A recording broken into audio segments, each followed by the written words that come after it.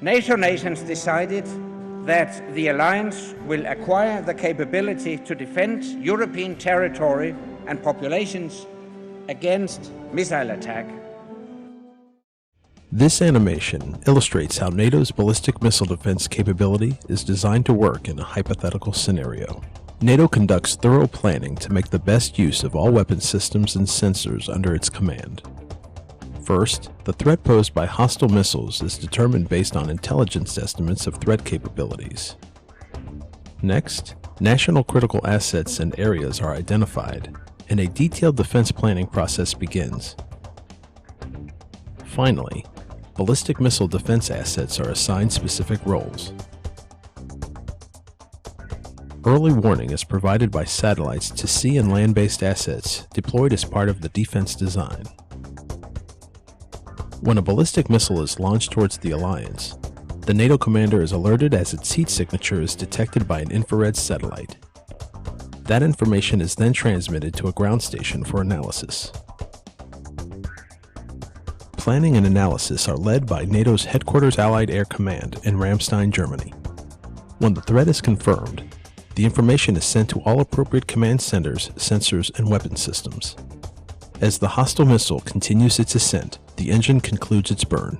At that point, the infrared satellite can no longer detect it.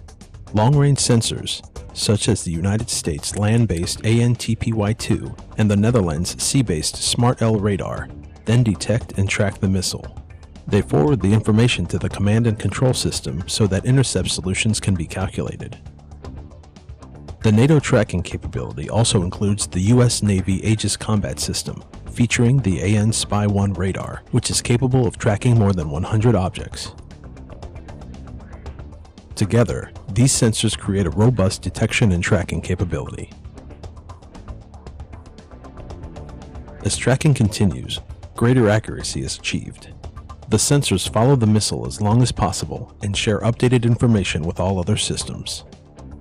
A key feature of NATO's ballistic missile defense system is an upper layer intercept capability aimed at destroying missiles outside the atmosphere. This is provided in part by the Aegis ships. In the future, additional systems like the Terminal High Altitude Air Defense System, or THAAD, could also provide additional capability. In our hypothetical scenario, one of the threat missiles is engaged and destroyed in space. Threatening missiles that do re-enter the atmosphere become the responsibility of lower-layer elements, such as the Patriot system used by Germany, the Netherlands, and the United States, and the SAMP/T system used by France and Italy.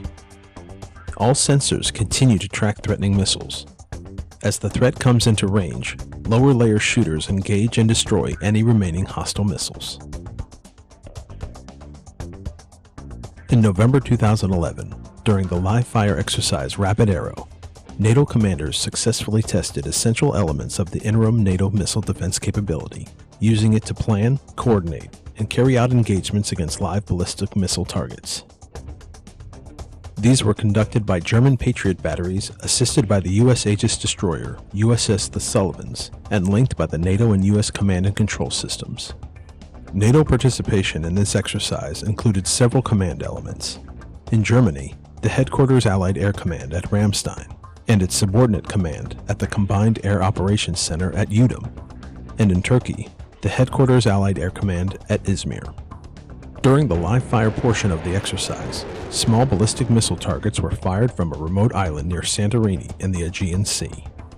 The Aegis destroyer detected these targets and reported them by U.S. satellite communications to the United States 603rd Air Operations Center at Ramstein Air Force Base in Germany. From here, the track was forwarded to the NATO Combined Air Operations Center in Udom, Germany. The information was then sent to German Patriot units on the Greek island of Crete and to NATO's 2 Allied Air Command headquarters at Ramstein, Germany and Izmir, Turkey. When the German Patriot systems detected the target, they reported the track over a NATO satellite link through Verona, Italy, to the NATO Command and Control node in Udom. There, the NATO system integrated the data to create a real-time air and missile defense picture, which was forwarded to NATO's Ramstein and Izmir headquarters. into the USS The Sullivans. This made all the relevant command levels aware of the incoming ballistic missile in real time. Based on this information, the Patriot system on Crete successfully engaged and destroyed the hostile missile. As this whole event only lasted about 5 minutes from the launch of the target missile to the final engagement, it also shows how critical a good functioning C2 system is to the overall command and control process. Here at Ramstein we could see everything, the detection of the launch, the tracking of the target missile going inbound into the target area, and then the engagement process. Weapons and sensors contributed to NATO's defense by member nations, together with the NATO Command, Control, and Communications Network, have enabled NATO to develop a new ballistic missile defense capability.